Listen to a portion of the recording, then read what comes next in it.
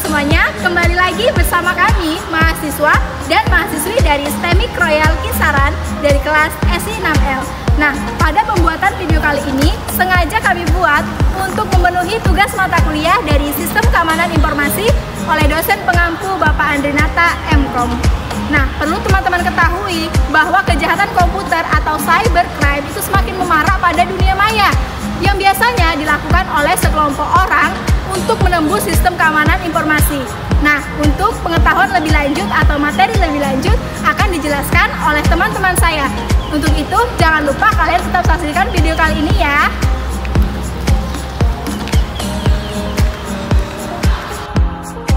Oh ya guys, kita melupakan sesuatu guys.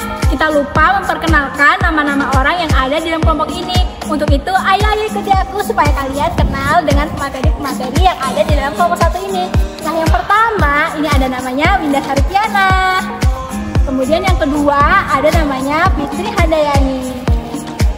Dan yang ketiga, ada namanya Dewi Ananda guys.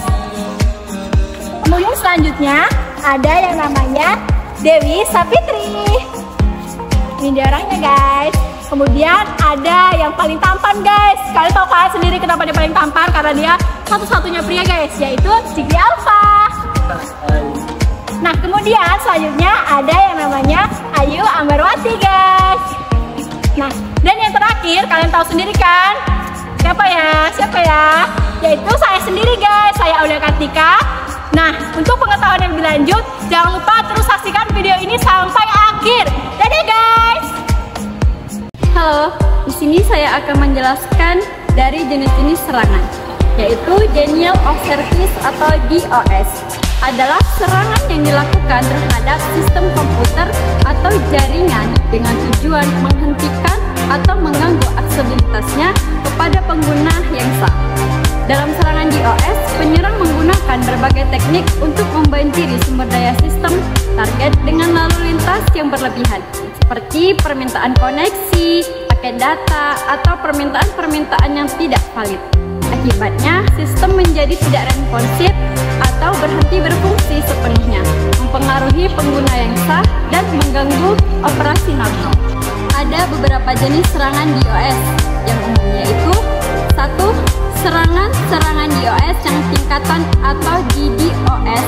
Serangan ini melibatkan penggunaan banyak komputer atau perangkat yang terinfeksi atau botnet untuk secara bersamaan menyerang target yang sama. Ini meningkatkan intensitas serangan dan membuat lebih sulit untuk menghentikannya.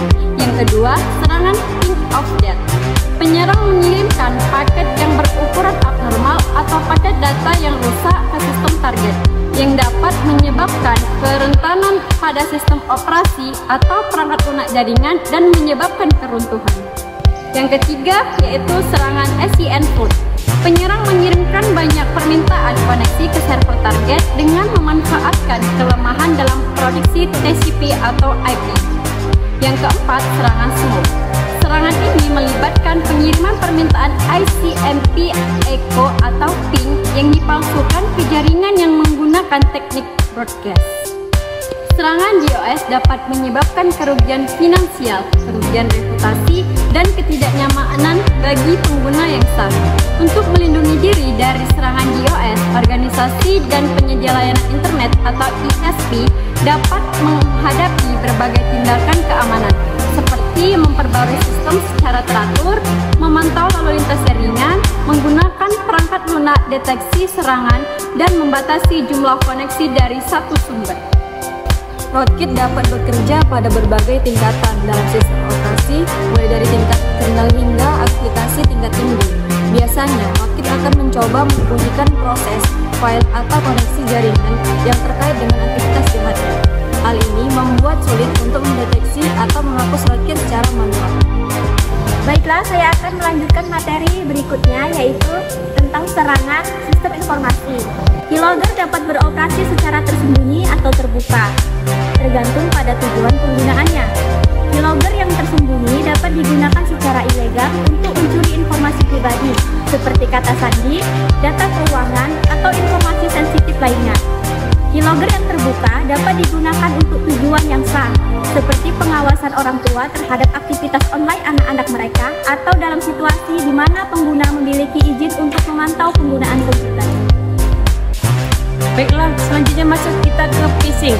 Phishing ini dapat diartikan sebagai pengucapan, di mana phishing ini adalah serangan siber yang dilakukan oleh pihak yang tidak sah untuk mencari informasi pribadi dan sensitif dari individu atau organisasi. Biasanya, serangan phishing ini terjadi melalui email, pesan teks, atau situs web palsu yang meniru entitas yang sah. Misalnya seperti bank, layanan online, atau perusahaan terkenal lainnya.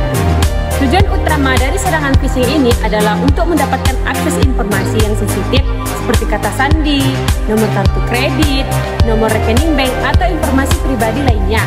Penyerang biasanya menggunakan taktik memanipulasi psikologis atau teknik sosial untuk memancing korban agar memberikan informasi ini dengan sukarela.